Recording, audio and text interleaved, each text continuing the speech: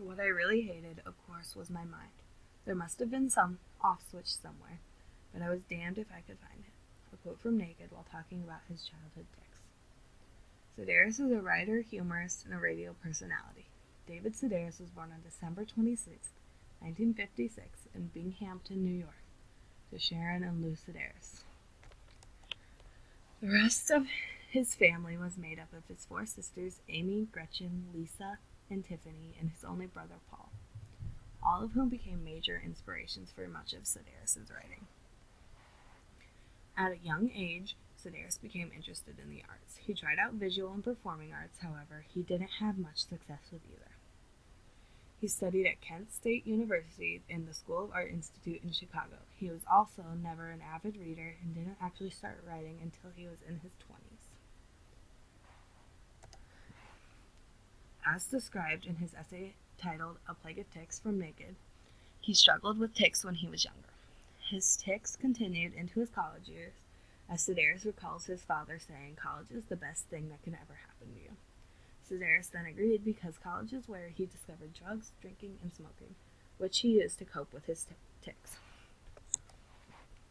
After graduating, Sedaris had a wide variety of jobs. One of these jobs was as a host of a weekly radio program, and that job happened to be the one that led Sedaris to his current fame.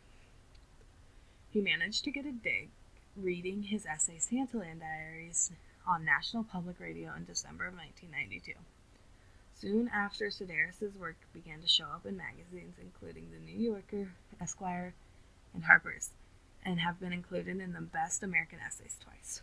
He maintained his contribution to the radio through NPR and Chicago Public Radio, and still does guest appearances on TV talk shows.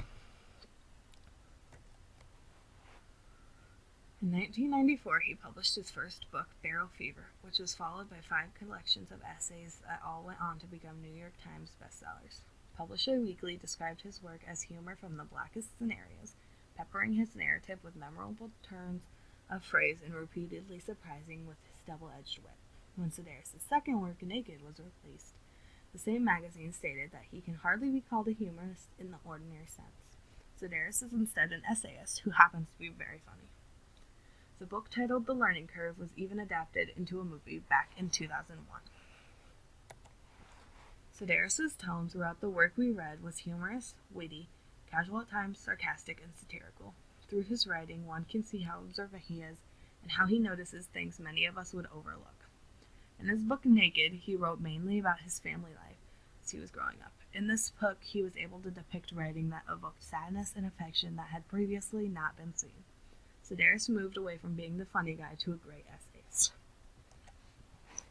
He has said that he is unable to just sit down and write. It has to come to him. He believes that the person he portrays in his books is not necessarily the type of person he is in real life. His cheerful persona doesn't resonate to his real-life personality. To help with his writing, Sedaris has kept a diary since 1977. This way, he's more able to accurately recall and describe the situations better if he writes about them in the future.